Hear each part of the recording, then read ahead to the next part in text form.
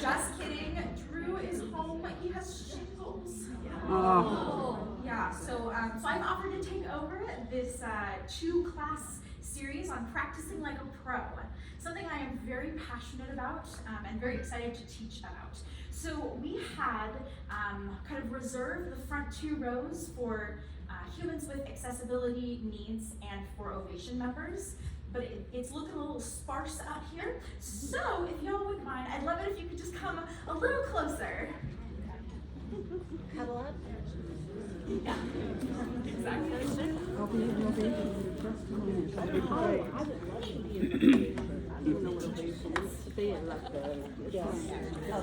that's going to annoy me.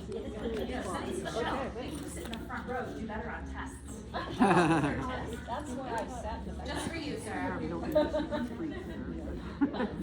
Oh, balancing the video for them.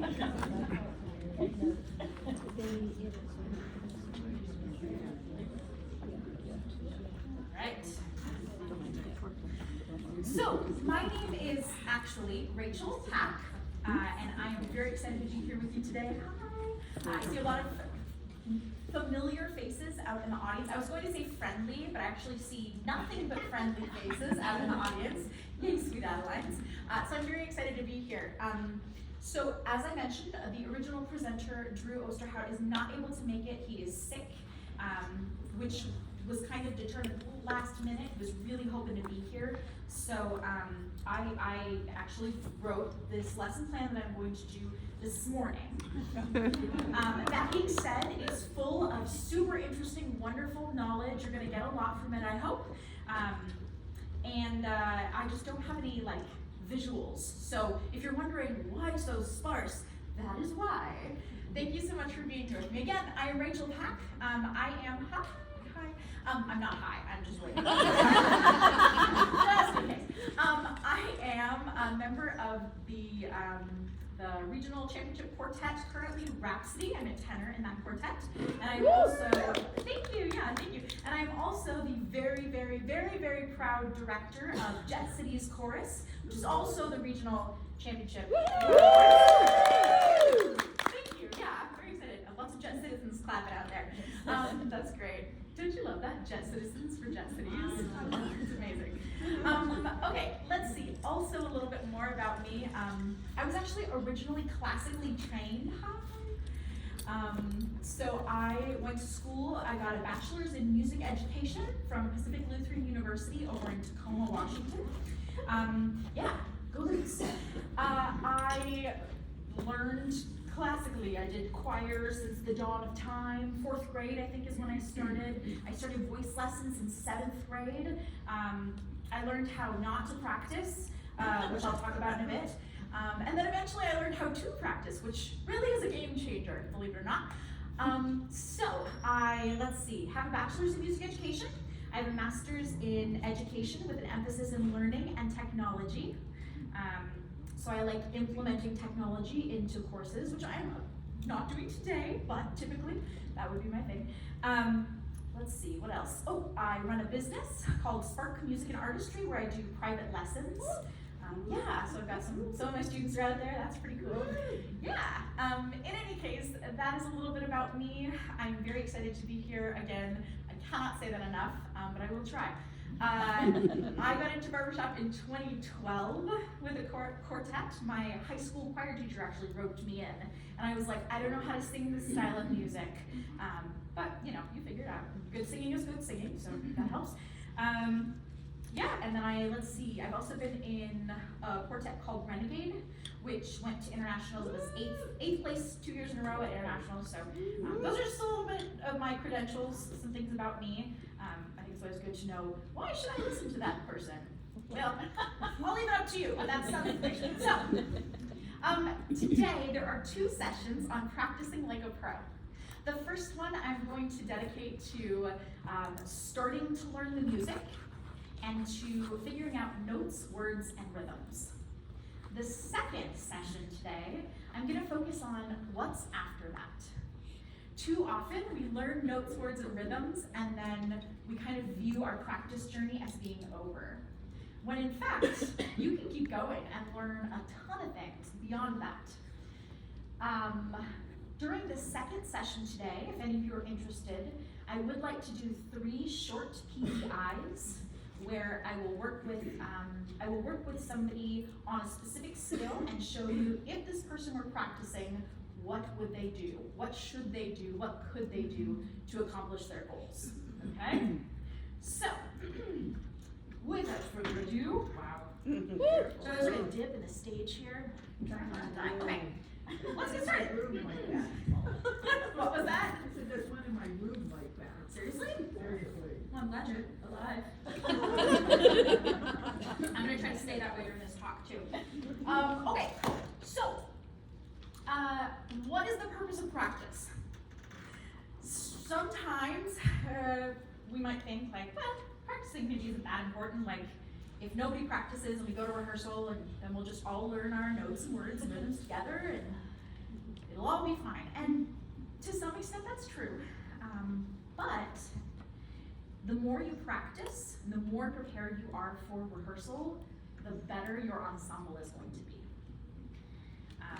We sometimes think of ensembles as like, okay, well there are 6 or 7 leaders in our chorus, and then there are the rest of us, and we're not as good, and we don't do practice because we're just gonna figure it out and it's gonna be fine. Or we practice really, really hard, but somehow we're not leveling up.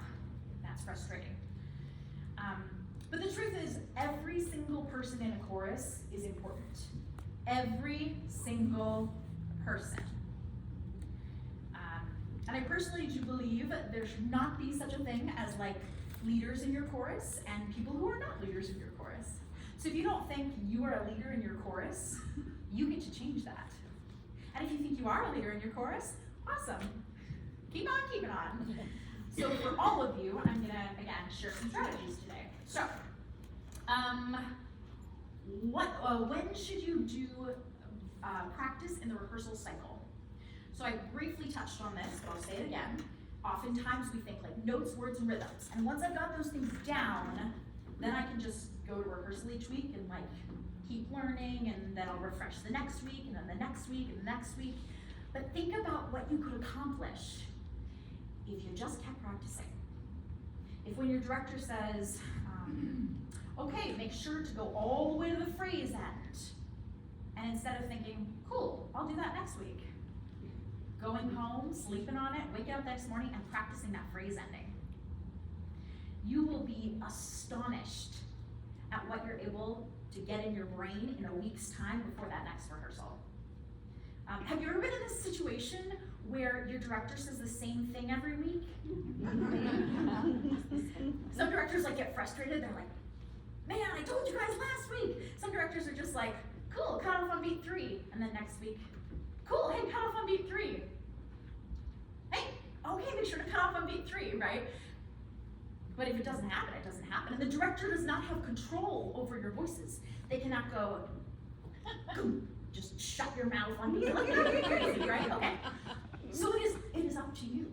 It is entirely up to you. And because we are committing now to all being leaders in our choruses, every single person can do that. Okay. How much do you have to practice and how often?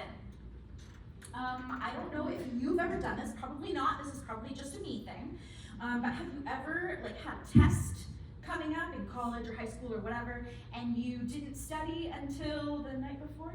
Maybe ever tried to cram for a test? Oh yeah, what you're talking about. Okay, got some really great students out there. Yeah, I have been known to cram a time or two. Cramming music does not work. And I will tell you why. Because our brains need time to digest what they're learning and then come back to it. And when you come back to it, it will get slightly easier. But if your rehearsal is on Tuesday nights, and on Monday night you're like, I am going to learn this song. I'm dedicating 3 hours, I'm just gonna sit down and do it. You will make progress. You will. But I guarantee on Tuesday night when you go to rehearsal, you're suddenly gonna be like, man, I had this last night, and now I only remember like a little tiny chunk of it. What happened? Yeah, that's because when we sleep, we basically forget most of what happened. But the things that we did the most are the things that tend to stick. Okay? So if you imagine everything you do in a day, like 100% of all the things, you're going to retain maybe 50% of that. And if you fill your time with some rehearsal here and there, some practice here and there, you sleep, you're gonna lose 50% of everything, but you've still got that core knowledge. So when then the next day you go back and practice again, that's gonna be solidified and you're gonna be able to build on it. Honestly, that is true for all cramming. Cramming really doesn't work unless you just need to remember something for the test. But for most of us in rehearsals every week in our choruses, we need to know beyond just the next day. So that is important.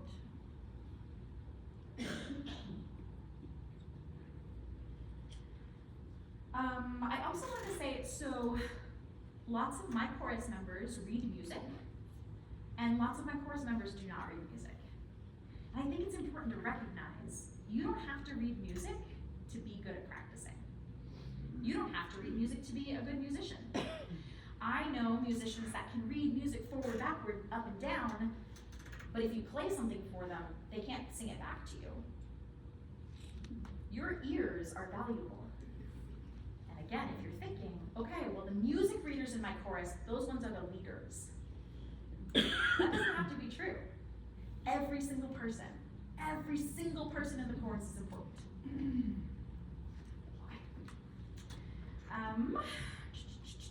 So how often and how much? My recommendation for practice, if you're looking for a formula, it's not gonna happen, but it will be short chunks frequently. So if you can wake up, do a 10-minute chunk, go about your day, 10-minute chunk right after work, go about your day, 5-minute chunk right before bed, that would be amazing. Is that gonna happen? Well, we all live in the real world, so we know how crazy that can get. And it's hard, but the more you can build some sort of routine for yourself, the better it will be. You do not have to carve out 3.5 hours, because I have to learn all this music. Just do it bit by bit. It's gonna stick better that way anyway. Okay? So try not to feel too overwhelmed when there's a lot going on.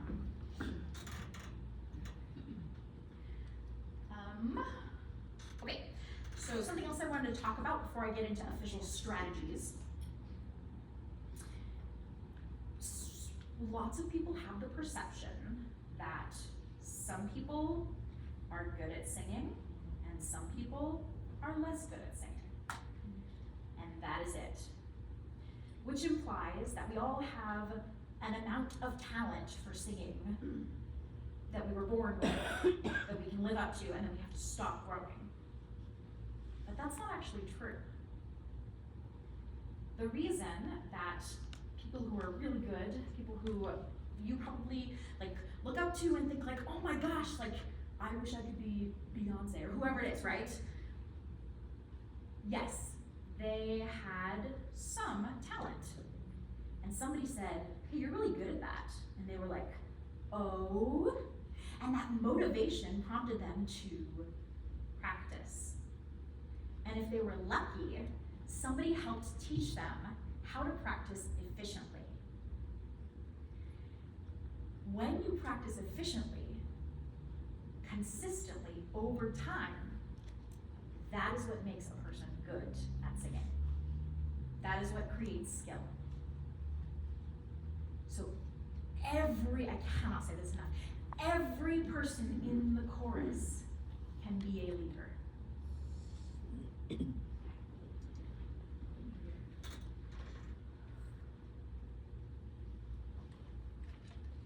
Okay. So, going on to actual strategies for music learning. First of all, you need to recognize that making errors is part of the process. I'm a perfectionist, and I get really frustrated when I sit down with my music and I start to sing it, and then I make the same mistake 12 times in a row, and I'm like, what is happening? I know it's wrong, like, right? Like, how have I not fixed this yet, right? It's what you do with that information that matters. So if before you get to the 12th time, if on the second time you're like, okay, this could be a problem, I should probably do something with that information, I'm gonna circle it, I'm gonna come back to it and specifically work on this, you are gonna improve that. Rather than, I'm gonna sing through the song 12 times, well, I made that same mistake 12 times, okay? So errors are gonna happen, mistakes are gonna happen, and mistakes are not a bad thing. We literally cannot learn without making mistakes. That's true in your private practice, and that is true in our chorus rehearsals. I often try to give my chorus all of the permission possible to make as many mistakes as they would like or not like. You can make mistakes. In fact, if you don't make mistakes, like, that tells me that some people are just lip syncing in spots. You know what I mean? They're like, I know this line. Anyway, I'm like, the sound got really quiet there for some reason, but I have no idea what to fix, right? Because I can't hear the error. So, mistakes are important, and they should inform how you practice. If you, like me, are a perfectionist, it is easy to avoid or hide from the mistakes. Something that is such a great practice tool, get ready to cringe, is recording yourself and listening back. And I know, it's like, Rachel, I do not like the sound of my own voice. I think I have this awesome resonant sound, and then I record myself and I play it back and I sound like a 7-year-old. Okay. Calm. You do not hear your voice the way that it exists in the world. You have gotten used to the way you hear your voice, which comes out of your mouth and into your ears, but also goes through all the flesh in your skull to get to your ears. So it ends up creating this kind of padded, more resonant sound. The reason recording is important is because, for example, if I'm practicing and I get to a spot and I think I'm doing it really resonantly and it feels good, and then I listen back, I can discover, oh, I'm not. Like, that's not happening. Like, these parts are good, and then I get to hear, and it's like, what? But I wouldn't know that if I didn't record, because it sounds fine from me just singing. Okay? So I cannot overstate the importance. Record yourself and listen back. I know it's hard. I know it's really hard. The more you do it, the easier it gets. Okay? Okay. Where to rehearse? How many of you are car practicers? Yeah, lots of car practicers, yeah. There are pros and cons to that, especially when you're learning notes, words, and rhythms. That is an excellent an avenue to do that. So, avenue, I feel like there's a car joke in there somewhere. Don't quite see it, but somewhere in there. So, when you practice in the car, you can have your learning tape going on repeat, but you also are kind of stuck in a particular alignment, or not, depending on your car. You also really should be paying attention to the traffic around you.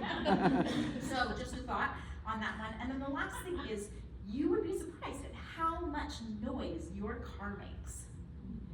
So especially if you're driving on the freeway and practicing, I've had people tell me, oh, every time I practice in my car, my throat hurts afterwards. It's because they're over singing.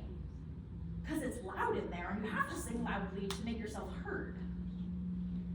So those are a few cons, but the pros are you get your music learned, right? Notes, words, and rhythms. You can do a lot in the car. So I'm not saying never do it. I'm just saying do it with caution, and make sure that you also build in some intentional time outside of the car to practice your music, to be ready for those rehearsals. Something else that's really helpful as you're learning notes, words, and rhythms is if you can get in the habit of being in proper alignment and using your breath properly when you're learning, that's gonna stick. Rather than, okay, I've learned my notes, words, and rhythms, and now I have to somehow also do breathing and alignment, but now you're breaking bad habits. Just something to consider. Okay, so when you're learning, first off, make sure you have all of your materials. So for me, that means I like technology a lot. You don't have to do it this way, but I make sure to load up the sheet music on my tablet. I also have the learning tracks near me.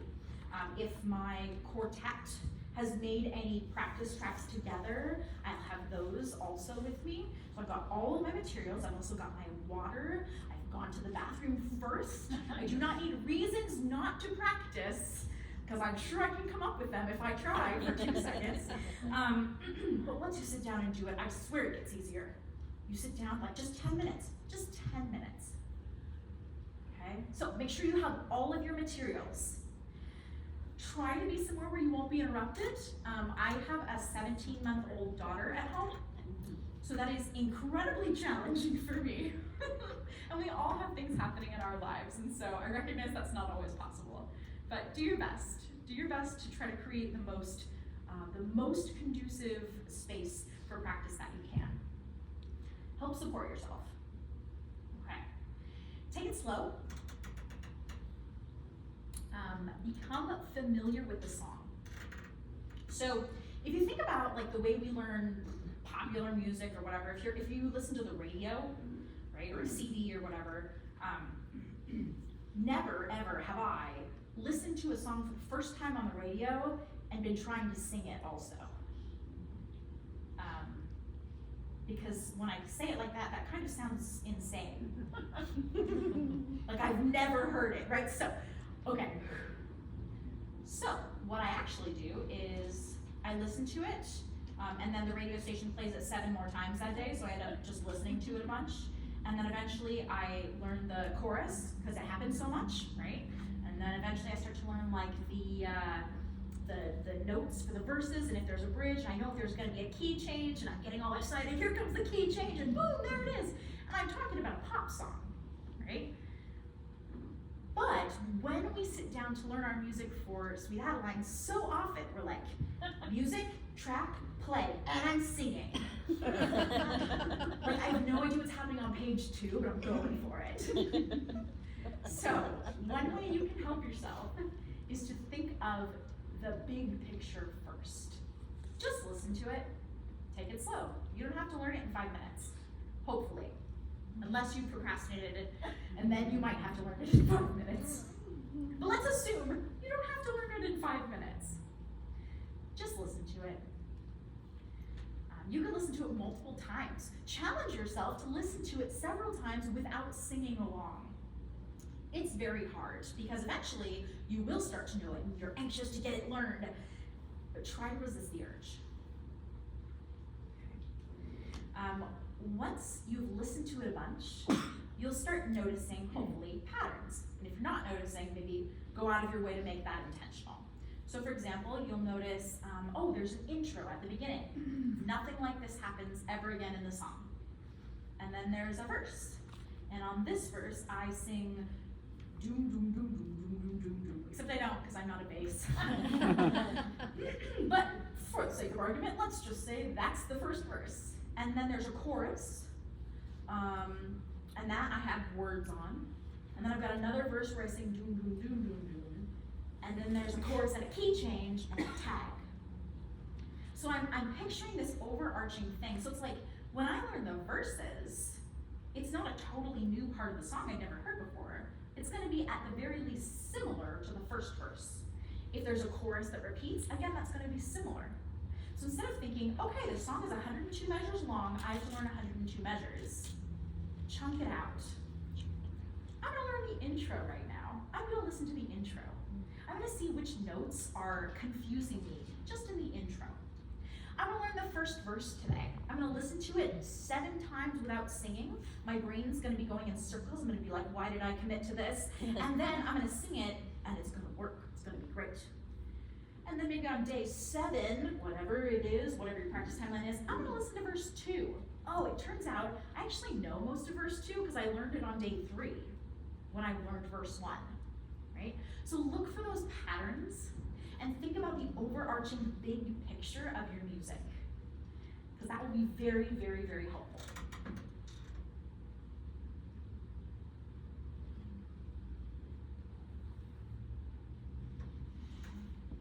So, I'm not sure how many times I have this in my notes, but again, I have, remember that errors are part of the process. You cannot improve without them. I think I've got that like 3 more times. I was like, oh, it fits under this category. Oh, I should say it here. Oh, I should do it there. It's so important. We're too hard on ourselves. You don't have to be perfect. You're learning. Right? Amen. Yes. Oh, man. Okay. So, please be kind to yourself. Recognize that every single musician goes through this. There is not a musician in the world who picks up a piece of music, sings it perfectly the first time, and is good to go. That doesn't happen. Maybe they're a really good sight reader and they get most of the notes, words and rhythms. That'd be cool. But there are always things to work on. Every single person. Okay? So try to give yourself a little grace when it comes to that. If you are struggling, if you've worked on the song and worked on the song and worked on the song, and it's just like, I have spots, and I cannot fix these spots, take a step back. Maybe go back to just chunking it for a second. Again, hopefully, you don't have to learn the song in 5 minutes. So be patient with yourself. Take breaks. I'm talking to specific people out there. I'm gonna schedule 3.5 hours on a Tuesday to practice people. You know who you are. Take breaks, seriously. The Pomodoro method is like 25 minutes of practice or task and then 5 minutes off, and then 25 minutes of practice or task and 5 minutes off. That's a really great way to do it if you have to do a 3.5 hour practice session for some reason. Just take breaks, let your brain rest. Sometimes we get just like spirally on one specific issue and it's just like, it's not working. You know what? It might be that if you sleep and you wake up again in the morning and you do it, it's fixed. That's way easier than spending the next 2 hours trying to perfect it when your brain is just done. Okay? Try to avoid repeating an identified error. So lots of the time when I talk to people about their practice strategies, the strategy is, I've got all my materials, the baby's not crying, I've got my water, I already peed, I'm good to go, looking at my music, play, I'm just gonna sing through it a few times. And done. But in measure 7, that was supposed to be like an A flat, and also I didn't breathe in the spot I was supposed to on the 3rd page, and also I did a note in the tag wrong, but I did it 3 times. So you're building those habits every time you just sing through a song. So another approach you could take is you can have a pencil ready, sing through the song once. Anytime you hear that you're different from the track, circle that spot. And then get your eraser ready and do it again. And if you fix any of those spots magically, I just erase those places. But anything I mess up twice in a row, that's a thing I would recommend working on. Okay? So find the spots. That's less overwhelming anyway than thinking like, oh my gosh, I have to learn 102 measures. Not really. You have to learn an intro, a verse, and a chorus, probably a tag. Okay. And you probably have most of the notes after just listening to it a few times. So really, it's just like maybe 12 notes, 12 little spots you have to work on. Way better than the 102 measures. Yeah, it can be overwhelming. I just gave my chorus 10 new songs. Did I give you 10 songs? We're performing them in October. I gave them 2 months ago? 1 month? 2 months? How long has it been, folks? 2 months. See 2s out there. Yeah. So I was like, I have no idea if this is gonna work. No idea. They are rocking it. I'm just like, what? What is happening? And the reason they're rocking it is because so many of them are working on it outside of rehearsal. So when we get to rehearsal, it's just like, boom, it just happens. There was one song that I gave them and I said, hey, we're not gonna learn this in rehearsal at all. So like next week, come back and let's just see what happens. The goal was 75% correct. It was way higher than 75% correct. They were on it. Good job, course. Okay. I can't help but like love on them. told you I was a very proud director, right? All right. So, if you have note issues specifically, remember this session is notes, words, and rhythms primarily. So, note issues specifically.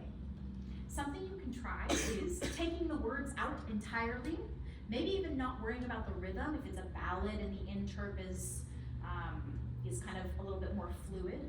Just sing on ooh. So if the line, let's take Mary Had a Little Lamb for an example. If it were Mary had a little lamb, which I believe is in fact the melody of Mary Had a Little Lamb. Let's say you were every time singing Mary had a little lamb.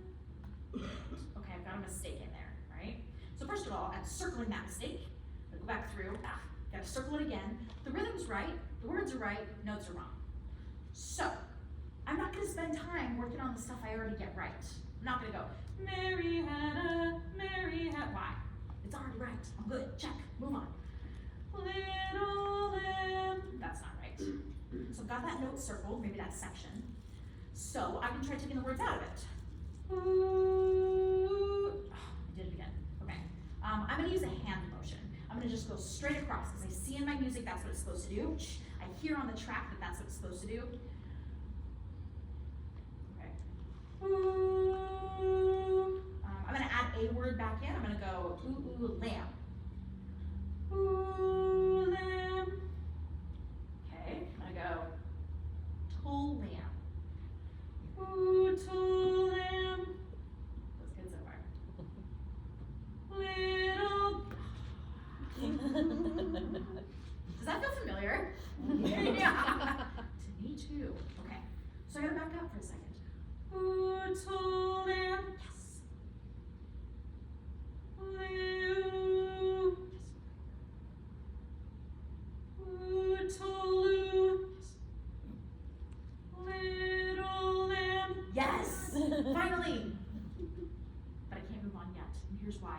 You have to put it back in context. Otherwise, you'll sing the whole song and do the wrong thing, but then you can still go, little lamb, which is not as helpful as if you could put that into the song. So now I have to go back and go, Mary had a little lamb. And maybe it's right, or maybe by adding those first three notes, it's wrong again, right? But that is the process. That is the type of intentional practice it takes to get those notes correct every single time. So the idea is not that you practice and practice and practice until you get it right once, like, yes, done, problem solved, check, move on. The idea is to practice it correctly so many times that if you do it wrong, it feels really wrong. You're like, whoa, what happened there? Okay? So I think the phrase is like, don't practice until you get it right once, like practice until you can't get it wrong. I'm not gonna say you're never gonna get it wrong because, well, last time I checked, I was a human. And I feel like most of you probably are as well, right? I hear nobody's admitting to being an alien. Anyway, so we're not perfect, we're gonna make mistakes. Hey, it's okay to make mistakes. If you get the thing right 102 times, I'm loving that number today, 102 times, and you suddenly get it wrong on the 103rd time, you just got it right 102 times. Like, way to go. Like, think about that percentage. It's good. Okay.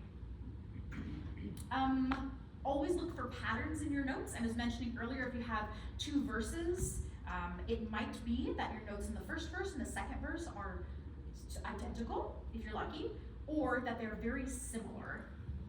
I will admit I hate when arrangers do this. I'm sorry, arrangers, if you are the person that does this, but when they change up a few notes in the repeated section, just a little bit, to where it's like, the audience might not recognize that it changed something, but I'll tell you, the vocalists sure know.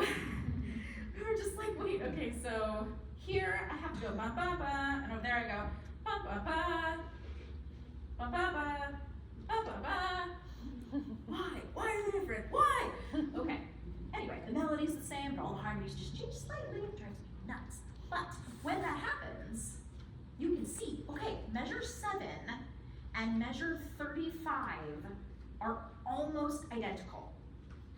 So, yes, almost identical. So you can look and see, like, what changes? What exactly changes about these two things? How do I remember that the second time it does the crazy thing, and And the first time, it does the stepwise thing, or whatever it is, okay? So just, again, being intentional about where you're putting your focus. It becomes way less overwhelming when you realize, if you just listen to it a few times, you've probably got most of the song. You probably know a lot of the song. So focus your attention on those thoughts that are driving you nuts. Okay.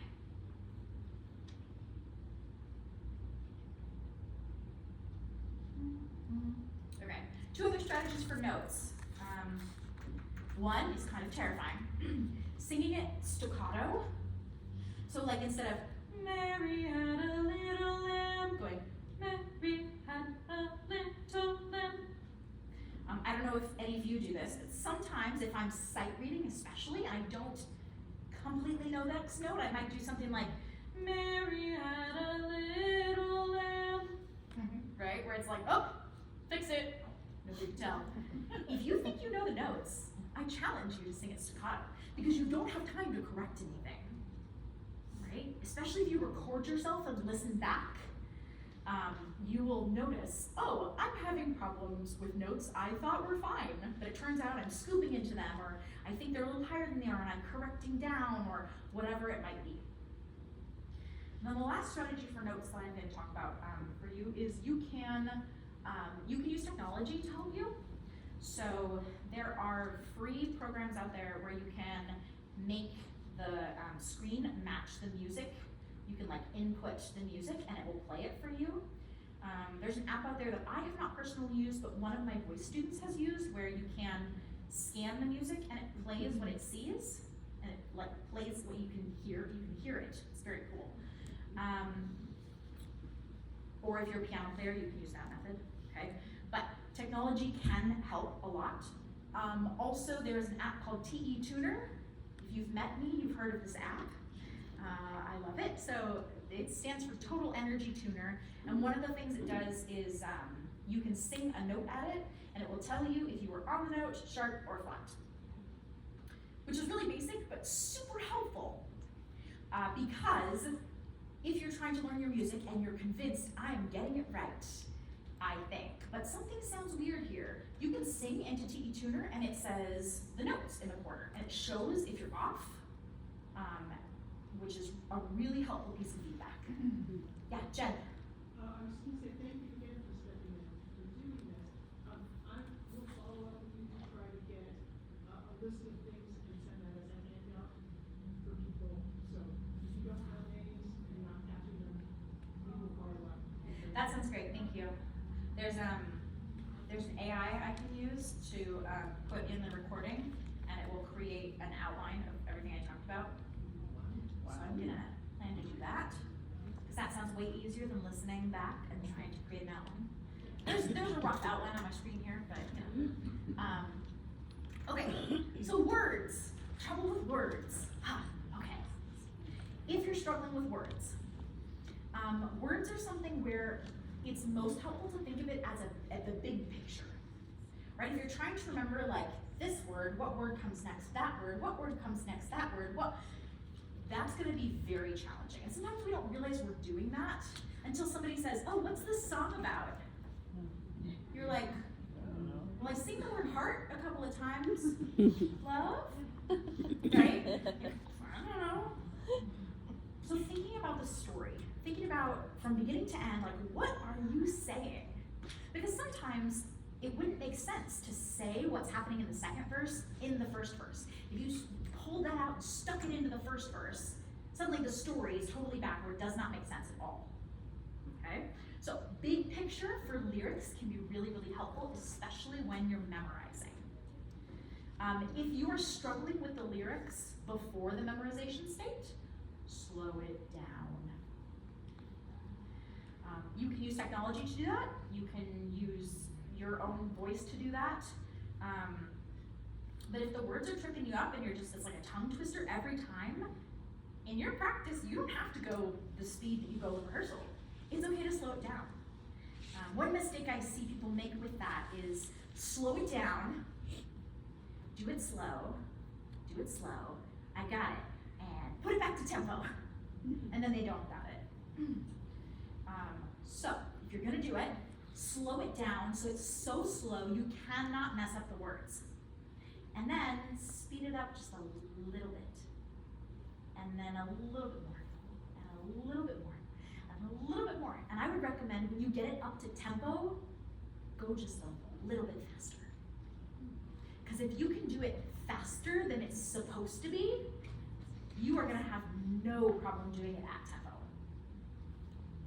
But if you start to, go up the tempo and you're like, I messed up the words again, go back.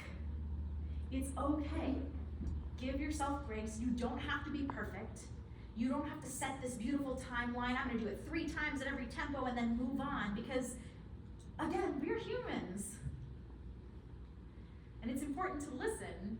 Are we getting it? Yes? No? And that should inform our decision. Okay?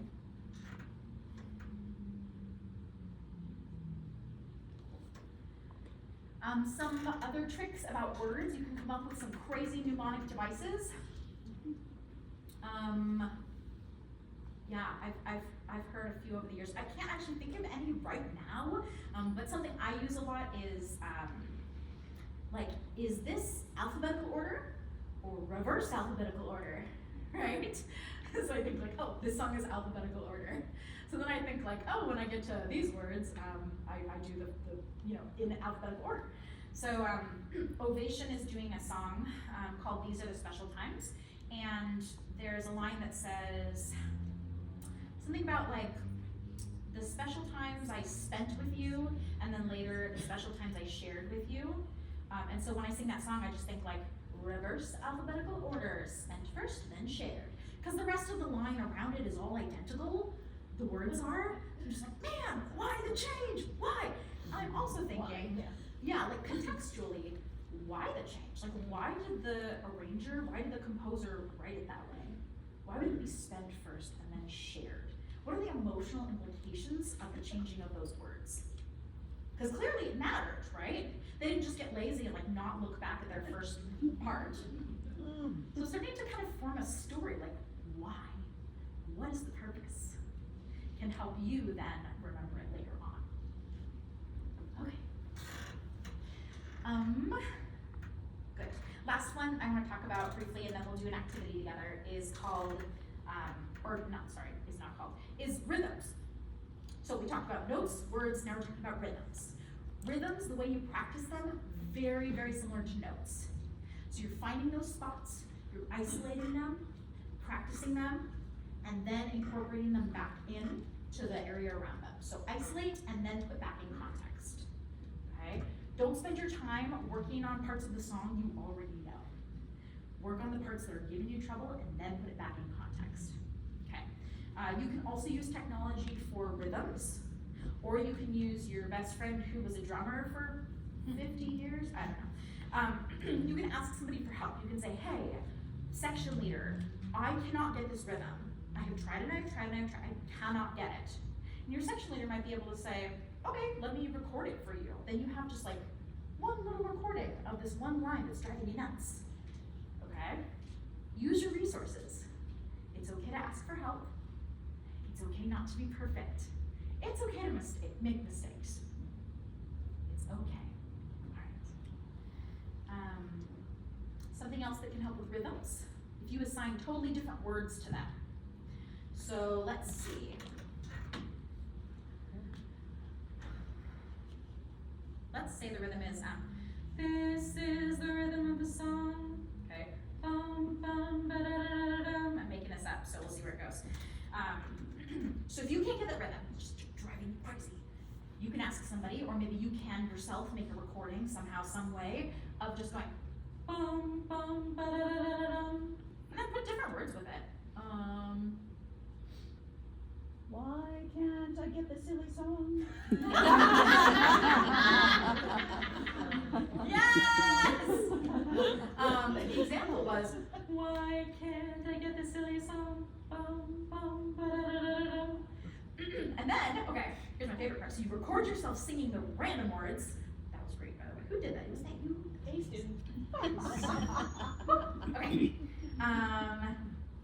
So good. And then sing the words you're supposed to be singing over the top of them. Okay? So that's another strategy you can use to get that rhythm. If you're like a music reader, you can also do like a counting method, like a 1, 2, right? Like you can do that kind of method too, but you don't have to. Again, you can be just as successful if you don't read music. Your ears are a powerful tool. Okay. All right, so activity time. If you have a pen and paper, I'm gonna have you do an activity with me. If not, you can use the power of your imagination. So those of you using your imagination, you can choose what color your paper is.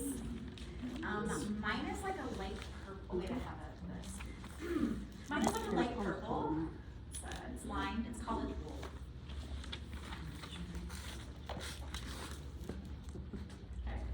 Okay. So, the activity is utilizing SMART goals to create intentional practice. So if you've never heard of a SMART goal, it's been out there for a long time, and SMART stands for something. So I would like you to write this down, please.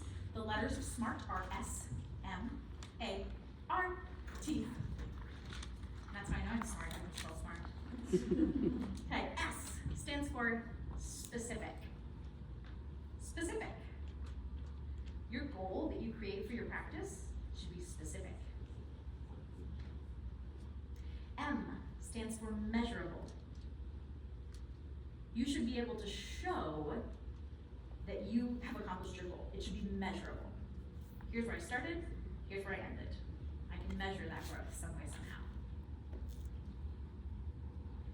Your goal should be A, achievable. I'm gonna learn this song 5 minutes before chorus starts. Nope, probably not. A is for achievable.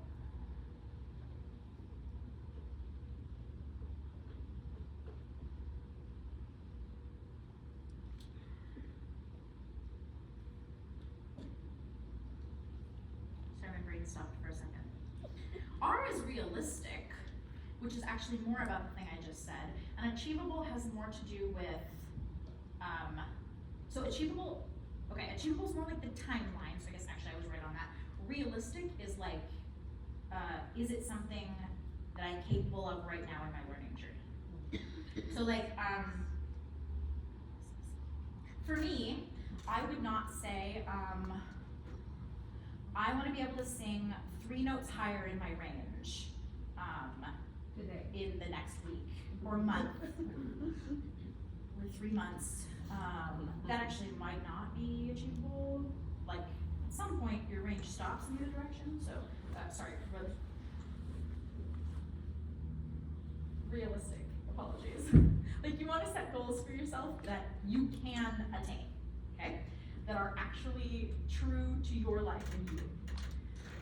And then the last part of SMART is T, timely. So for our purposes, timely is going to mean you have a time at which your goal will be met. Okay. So an example of a SMART goal for practice might be by noon on Tuesday of next week, I am going to sing the notes in measure 17 of We Are Family with at least 90% accuracy. Okay? So it's specific, very specific. Measurable has to do with the 90%. That means I can record myself today. I'm not getting the notes. I can practice. I can record myself next Tuesday, and I will have made improvement up to what I believe is 90%. Okay? Okay. It is achievable.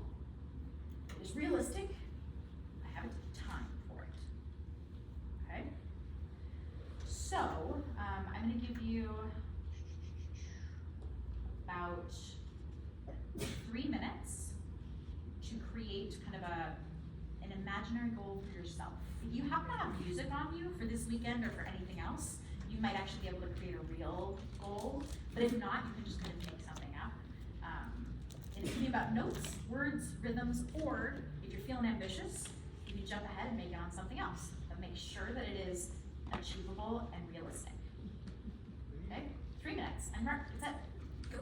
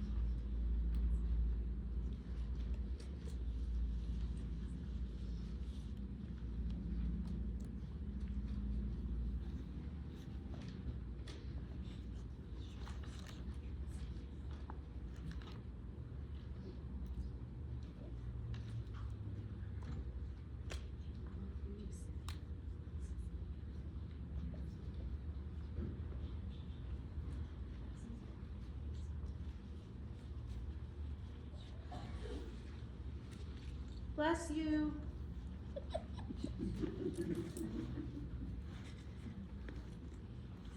not normal, nobody else does that? Shout one.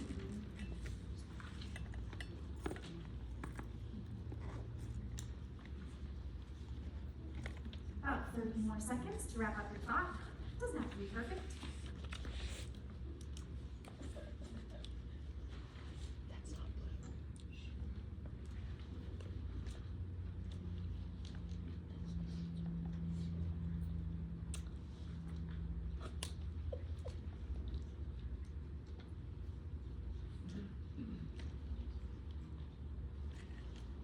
Forgot to count, but I feel like that was approximately 30 seconds. Would anybody feel brave enough to share their either very real or completely imaginary SMART goal about practicing? Yeah. So since I'm singing tomorrow night Yeah. for an audience, I need to learn the intro to that song with 100% accuracy before tomorrow night. Which song is that? Sing. Sing, okay. So, you need to learn the intro to Sing, notes, words, and rhythms. Actually, it's notes. Just notes. You've got the words and rhythms? Yeah. Awesome. So the notes, with how much accuracy? You're looking for like Oh, 100. 100%. Yeah. Yeah. Okay. 'Cause I'm 100% perfect. accuracy. Just a quick question to the crowd here. Is it realistic to assume you're gonna sing all the right notes all the time? No. No! I don't care how perfect you are. That is not human. Maybe the aliens that didn't out themselves earlier, but alien? Okay, she admitted it. Yes, she's an alien. Great. No, that's awesome. Yeah. So by tomorrow night, is that achievable? Yes. Okay, cool. So you know yourself, you know your practice abilities, you know that you are capable of doing that in that time. And you named the song. Good. Okay, that was great. Does anybody else have a real or imaginary goal? Yeah, Michelle. I'm not sucking up, I swear, Rachel. That's your goal. I will have a million dreams, at least 80% accurate on notes and words by Labor Day rehearsal.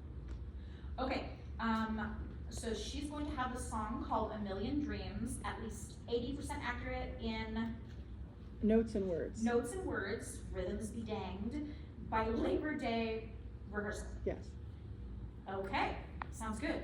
I'm now gonna forget I heard that as your director. thank you.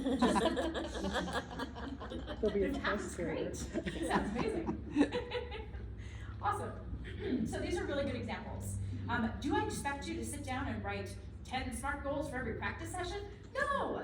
Life is crazy. We don't even have time always to write one because we don't even have time sometimes to practice. Ugh.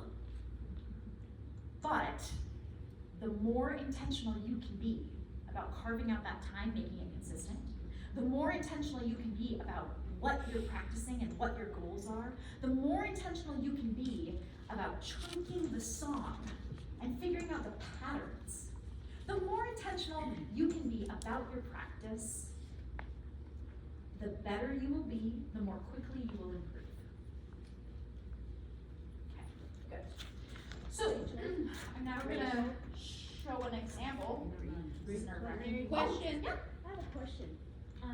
So what if you have a piece of music that you have sung for 20 years, and then you get a totally different arrangement? How do you erase that 20 years? We're talking about, all of a sudden there's words. Where I never had words before. Or use that same method. My problem is erasing what I sang 20 years. Yeah. So. Okay, so step one is cry. Step two is realize you're probably not gonna erase that. But if you're very lucky and you're intentional, you can probably create like a fork in the road pathway where it's like, when the song starts like this, I do these things. When the song starts like this, I do these things. So all of the practice techniques that I have been talking about this session do still apply. But in your practice, perhaps you pull out that old music and you're like, okay, what's the same, what's different? How is it different? I don't have words in the first verse here, I do over here, right? Those kinds of exercises. So instead of just comparing the beginning of the song and the end of the song, actually looking back at that older music. Okay, it's a great question. I'm actually gonna have a little Q&A at the very end. Go for it. When I switched from Barry to lead, I printed my music on different colored paper. And that was like a visual cue for me. This is different, sing it differently. That's awesome. That's my team manager. No, she just said that she switched from one part to another part, and when she was in the new part, she printed her music on a different color of paper, providing that cue. Again, kind of fork in the road. Okay, when there's purple paper, I sing this. When it's white paper, I don't sing that anymore, dang it. Okay, good. What color is the new paper? Green. Ooh, I love that for you. Okay, obviously a wonderful color. You're also wearing green. Man, shocking. I know, crazy. Okay, so I'm gonna give you a very brief example. I have this spot in a song that I'm working on with my quartet that is driving me bonkers, and I am really struggling with it. So I'm gonna kind of work through it in front of you so you can watch. I'm gonna be real with you, I have not felt nervous at all until this exact moment, because I'm probably gonna make a mistake. That's okay. It's okay to make mistakes. I know, but that's great. It's okay to make mistakes. It's just really scary to make mistakes in front of people. It's all good. You know what I mean? Okay. We do get you. Yeah. Okay. So the song is called My Romance. Have any of you sung it? Yeah. Okay. And I did it with Renegade, with a previous quartet of mine. And in this moment, I used to switch with the lead. So I took. We swapped notes. So you can relate. Right, but in this quartet, we're not swapping notes. So I'm seeing what's actually on the page, but my brain doesn't want to. So, let's see.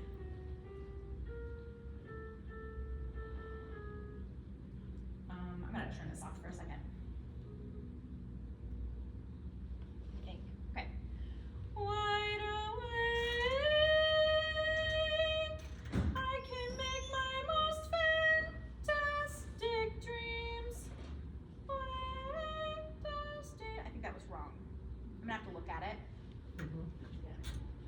Wake, I can make my most It was wrong. Fantastic dreams come true. So true. Okay. So I'm looking at here. Check 1, 2, 3, 4, 5, 6, 7, 8, 9, 10, 11, 12. Great.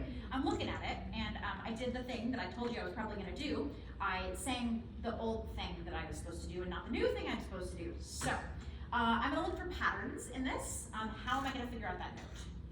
I can make my most fantastic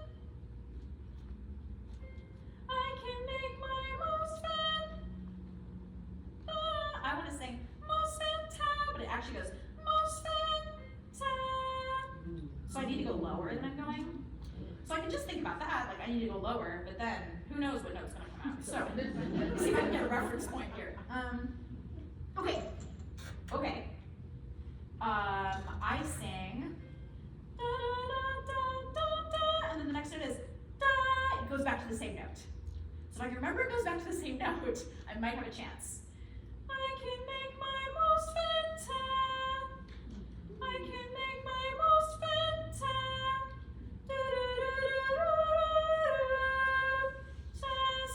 dreams. Okay, the good news is, once I get the right note on that note, the rest of the notes go the right way. It's again like that fork in the road. If I sing the wrong note, I sing all the wrong notes in that phrase. But if I sing the right note, then I get all the right notes. Yes. Okay. Those of you that are gonna see Renegade's teaching, no, sorry, try again. Rhapsody's teaching a class later today, and we are using this song, so now you'll know if I mess it up. That's the spot. I can make my most fantastic dreams. I also just stopped on that note to double check that that was correct. Instead of just speeding through it and hoping that I got it, I was like, da da da da da, yes, I heard that that's correct, fantastic dreams come true. So, okay, I also am using my hands, da da da da, right, the other one would be da da da da. These are not official hand movements, this is just whatever's happening in my brain that makes sense at the moment, so I sing the right notes, okay? So, I can sing the right notes in that little section. Now I need to put it back in context to make sure that when I run into it, it's still there. So here we go. We got this. Man, tenor is weird without the other parts. To a constantly surprising refrain, wide awake, I can make my most fantastic. Didn't get it. I messed something else up. Don't you hate when that happens? I did fix the thing I was trying to fix, but now I messed something else up. Wake, I can make okay, so here's what I did. I went wake, I went back to the same note. It's actually a step above that. Wake, rather than I. So I'm using my hand. I'm thinking about like where the notes are in relationship to each other. Okay, so man, you guys are gonna notice later. You're gonna be like, she got it or shouldn't. To a constantly surprising refrain, wide awake, I can make my most fantastic dreams.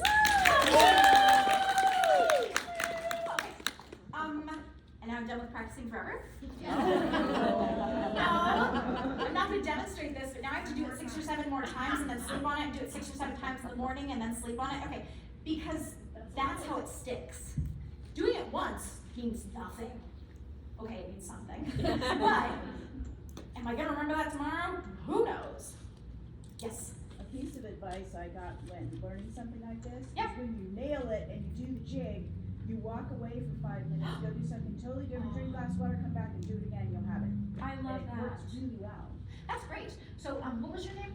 Julia. Julia. Sorry, Julia. Thank you. So Julia was just mentioning that a piece of advice she heard, which I totally support, is once you quote do the jig, okay, after getting it, walk away for 5 minutes, take a break, drink a glass of water, go for a walk, whatever. 5 minutes. Come back, see if you can still do it. And you were mentioning that likely many times you can. Great, excellent. I love that. Okay, you're 5 minutes. You're funny. So we have about 10 minutes left in this session. As a reminder, second session, I'm going to do talking for a little bit of the time, and then I'm going to invite, I'm going to ask for volunteers if anybody's interested. I would like to do 3 10-minute PVIs, but instead of me as the coach and my person as my student, I want to kind of work with them to think like, okay, here's how I practice, and then have them go through that process, okay? So if you are interested in volunteering, maybe just think about that a little bit in the next 25-ish minutes. Anyway, but the last 10 minutes I have reserved specifically for Q&A of this session. So does anybody have any questions that they wrote down, or hey, there's this scenario and I don't know how to handle it, or what happens when you X, Y, Z? Yeah. Some of us, or some of me, has, issues with a place to practice. Mm-hmm. That the other people in my household, don't like to hear that. I know people that like go into their closets, but you know, if you don't have a closet, what would you recommend? Going to a friend's house, renting a studio, what would be a good, option if they never leave? Okay, so the question is, the question is, what if the people you live with are not okay with you practicing in the same space? So you essentially don't have a home to practice in. Okay, so if you're ever driving by yourself, car practice will get you some of the way there. You can do that. You can also just go for a walk, and that might feel really, really weird. But if you think about it, like you're passing that person for 10 seconds, they don't know the song. Plus, if they don't know, you could be singing baritone. So. Okay, you have to be like that, but if you just play the baritone part, it sounds weird. Yes. Okay.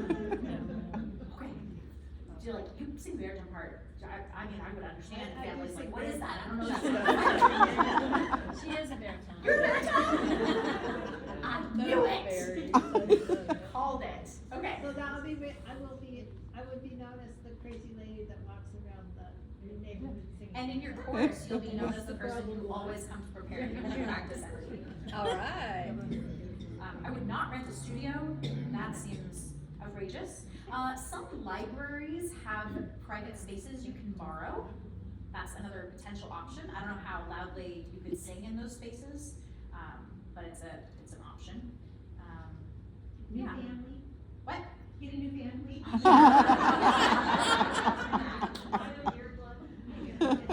them earplugs. There was a hand back here somewhere. Yep. Find a friend to go to their house and practice with. Definitely, or do like a sectional practice at somebody's house, like invite a bunch of baritones, or just you and another baritone, or if you wanna get fancy, you and a bass. Or if you wanna get challenging, you and a tenor. That's a complicated thing to do, yeah. If you live near, a university or anything like that, the music programs often have practice spaces, little rooms, you can go and shut the door that are soundproof. And you could ask at the university if you would be allowed to use one, and often they will accommodate you. That is an excellent idea. I'm gonna say that a little louder so everyone can hear it.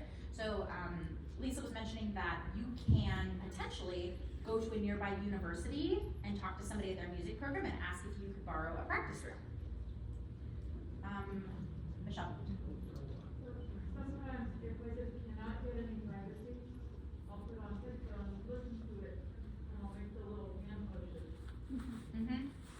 I do that sometimes, when I'm in the car and I sing, my voice gets tired, like my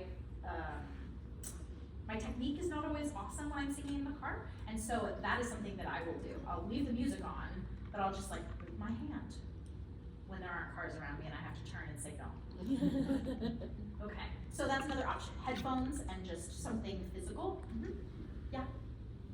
So I had a rehearsal technique that I like to do. Yeah. Once I feel mostly comfortable in my part, since I'm singing baritone, I like to listen to the lead and sing against it and change volumes, because we swap notes so often. So that's a Yes. good way for me not to get sucked into singing lead on accident. I love that. Yeah, to kind of build on that, Jen, so if you have learning tracks, sometimes learning tracks are designed in such a way where your part comes through one side of the speakers, like just on the left, and everybody else's part comes through the right-hand side. So if you adjust the balance on your headphones or in your car, you can make it so it just plays your part, or it just plays everybody else's part, or somewhere in the middle. So you can kind of adjust with a lot of learning tracks how much of your part is actually in it. Which is great because sometimes this thing happens where like we have our part and then we go to rehearsal and suddenly we've never heard the song before in our lives. That's a weird phenomenon, but it definitely happens. And that can help. That can help a lot. Yeah, any other questions? Yeah. I just wanna piggyback onto that. You can buy cheap, like $10 headphones at Walmart. And if you don't have a balance adjuster, which I don't, you just take it out of your ear and put it a little closer. Oh You my can gosh, so literally smart. just, isolate one part and bring the other one in closer, So louder. smart. It's been, game changer, and I discovered it by accident, but, I'm gonna say that louder. okay. Okay. What was your name? Michelle. Michelle. Nice. Getting bonus points over here, Michelle. Okay. So, she was saying that, you can get cheap headphones. She mentioned $10 ones at Walmart that you can, if you have one ear in, it just plays the left side, right? So your part, and then the right ear plays everybody else's. And you can move them closer or further away from your head to create the same effect as changing the balance. Yeah. Great. But I actually had a question. Yeah. So I'm one of those people who carves out an hour Uh-huh. and then maybe once or twice a week just hits the music. I'll do 2 or 3 songs at a time. I definitely have the problem spots. How much better is it for learning or absorption or whatever if I were to try to attempt to do the 10 minutes, 2 or 3 times a day as opposed to a large chunk? I think you should experiment with it, Michelle. Because I think that, like, I would love to answer that question, like, with percentage, here is how much better it would be. But honestly, like, I don't know your life and your routine and your schedules, and it might be that 2-hour chunks are the absolute best thing you can do for yourself. If you can, try to work in a few little ones. I would challenge you to do that for a couple of weeks and see if you notice a difference. Also, sometimes when we sit down to practice for 10 minutes, we end up doing an hour anyway. So, for better or for worse. Mindy. Yeah, back to the stereo discussion. Yeah. I found out by accident that my iPhone is actually in stereo. Cause like I can never find the headphone jack, Uh-huh. so I just listen through the speaker. And when you have it up and down, there's 2 speakers, one on the top and one on the bottom. Are you kidding me? I'm not kidding, so I hear my part on the top and everyone else on the bottom. Wow. And if you turn it sideways, it's right left. Okay, I'm gonna say that louder. I have no idea if everybody's phone is like this or if Mindy's a wizard, but, she's saying that her iPhone, yeah? Okay, her iPhone is in stereo mode somehow in the sound settings of the Zooming, okay. Plays in stereo. That's just its default.